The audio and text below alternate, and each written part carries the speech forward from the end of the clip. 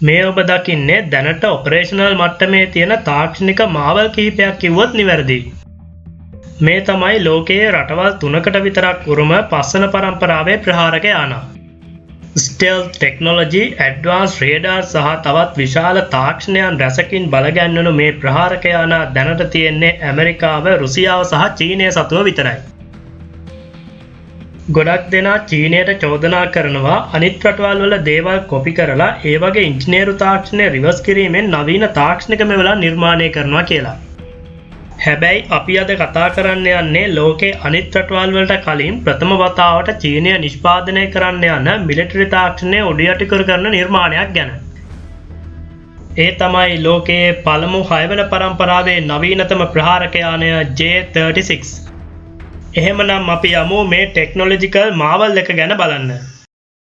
සුපුරුදු විදියට වීඩියෝ එක හොඳයි කියලා හිතනොත් අපිව subscribe කරන් යන්නත් අමතක කරන්න එපා.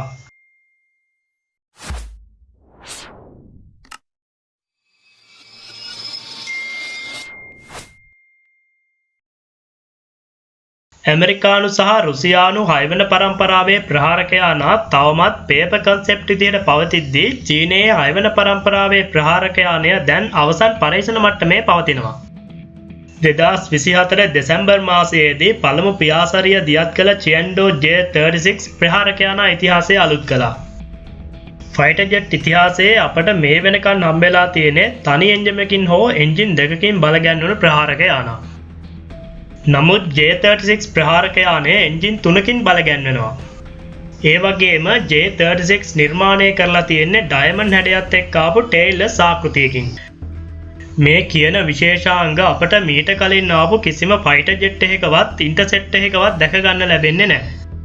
2019 දී නිෂ්පාදන කටයුතු ආරම්භ වුණු J-36 ප්‍රහාරක යානය ගැන තවමත් චීනය කිසිම නිල නිවේදනයක් නිකුත් කරලා නැහැ. දිග මීටර් 22.5ක් සහ පියාපත් දිග මීටර් 24ක් වන මේ ප්‍රහාරක යානය ටිකක් විශාලයි. ඒ නිසා J-36 ප්‍රහාරක යානයේ උපරිම ටේක් ඔෆ් වෙයිට් එක ටොන් 55කට ආසන්න අගයක් බව යුද විශ්ලේෂකයන්ගේ මතය.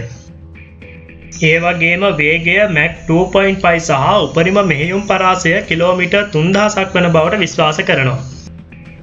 J-36 ප්‍රහාරක යානය බලගැන්වෙන්නේ WS-10 හෝ WS-15 Advanced Propulsion Engine 3කින්.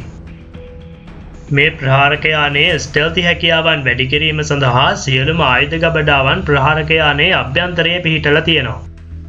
J-36 ප්‍රහාරක යානය චීනයේ නිෂ්පාදිත අති නවීනතම මිසයිල වන PL-17 සහ YJ-12 කියන මිසයිල වලින් සන්නද්ධ කරන්නත් පුළුවන්.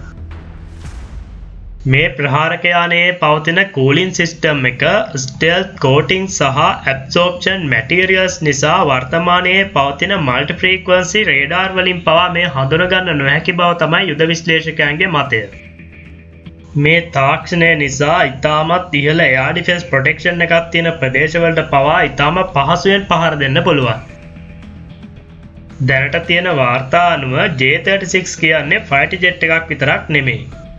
කම්බැට් කමාන්ඩ් ප්ලැට්ෆෝර්ම් එකක් විදියටත් ක්‍රියාත්මක වෙනවා. ඒ කියන්නේ යුද පිටිය තුළ පවතින අනිකුත් යුද උපකරණ සහ අන්මෑන් වෙපන් වලට අවශ්‍ය තොරතුරු සංනිවේදනය කරන්නත් ඒවා පාලනය කරන්නත් J-36 ප්‍රහාරක යානයට පුළුවන්.